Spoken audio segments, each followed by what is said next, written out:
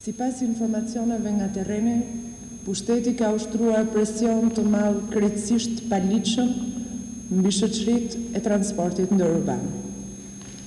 Një numër i konsiderueshëm shoferësh janë tërhequr për shkak të presionit të turpshëm në Shkodër, Lushnjë e Gjetkë. Po ashtu, po bëhen ndalime të shpeshta dhe kontrolle të pajustifikuara, siç ka ndodhur edhe në daljet të Shkodrës. Ky koalicion i turpit qeverisës nuk heq dorë nga pausitë dhe provokimet, por asgjë nuk e ndal dot demonstrimin e zemratës popullore sot. Për çdo shkodran, lushnjar, a qytetar tjetër të Shqipërisë të ndalur padrejtësisht në rrugë, do vinë në demonstrat edhe më shumë kryeqytetas.